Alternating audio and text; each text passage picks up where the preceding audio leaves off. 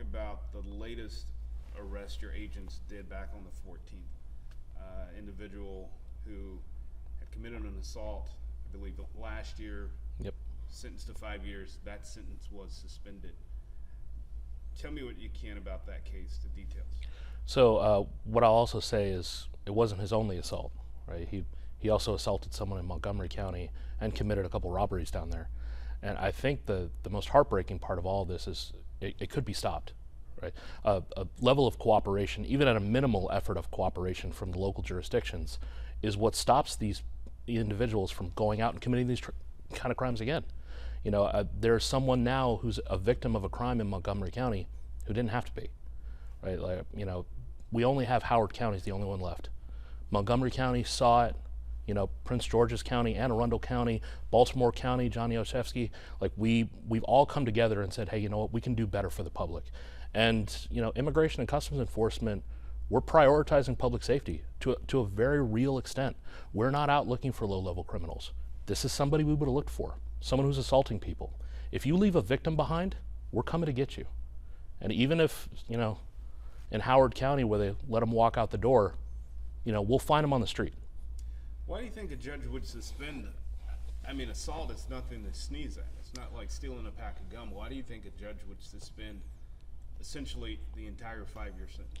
So one of the things that I will say that they've told us in the past is they understand that ICE is going to take custody of them and remove them.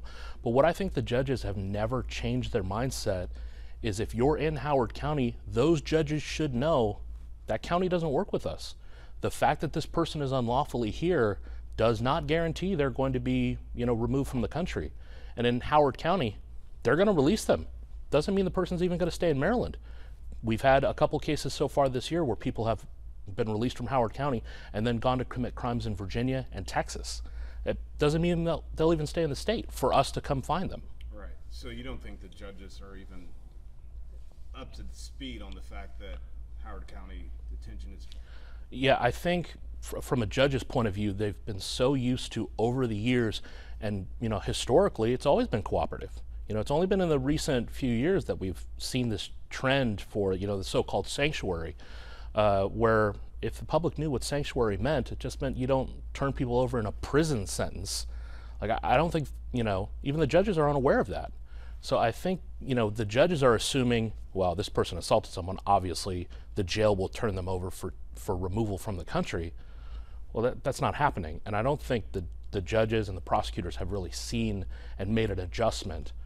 You know, the rest of the counties, by all means, if you want to reduce sentences and allow Immigration and Customs Enforcement to take custody and they'll be removed from the community, you know, it cuts down on costs from, you know, the taxpayer's point of view in Maryland because these people aren't in custody that long. That's totally fine with us. But the idea that you're going to do that in a non-cooperative jurisdiction, all you're doing is allowing them to go out and reoffend. Right. So County Executive Calvin Ball has said 65% of his voters, about 80,000 people, voted to have it this way. Do you think if the average voter knew, like, oh man, this guy assaulted someone and he got out and now he robbed someone, do you think they would still have that same mindset? I think what makes that 65% inaccurate is the level of education the voter had on what they were voting for. If you told anyone, hey, would you like your city to be a sanctuary for immigrants? Of course. This is a country founded on immigrants. We're all welcoming of immigrants. Immigration and Customs Enforcement especially. We monitor millions. I think we're a little over 8 million people on our non-detained docket right now. And we're letting them go through the process as they're amongst, you know, the populace. We don't detain everybody. We don't remove nearly everybody.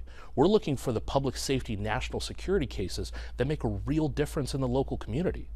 So I think if the voters in Howard were really educated at the time and were like, hey, would you like us to not transfer prisoners in our jail who've committed crimes in Howard that have nothing to do with immigration over for removal from the community?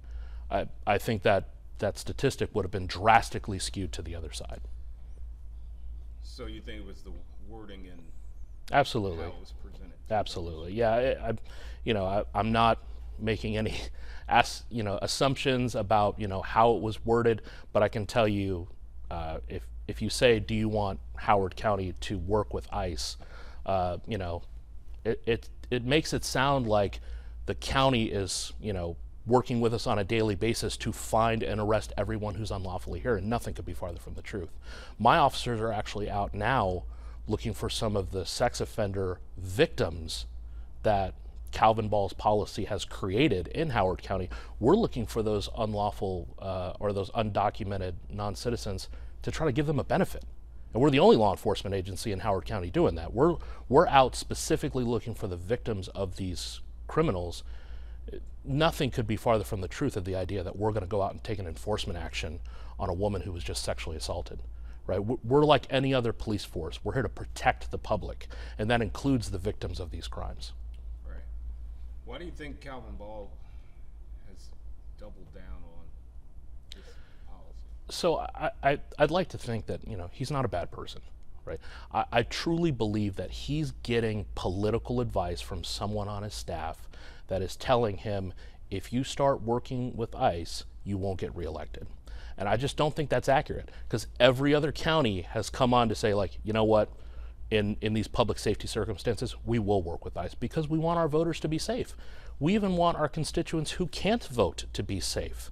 The number one victim of undocumented crime is the other undocumented population. And the idea that, you know, that would further them not wanting to call the police, ICE is here to refute that and say, well, actually, if you step forward and you're willing to testify against this person, ICE will come help you. ICE is looking to help the victims of these crimes. I'm Kai Jackson. Thank you for watching. Here's another video to watch. Also, please take a moment to subscribe to our channel.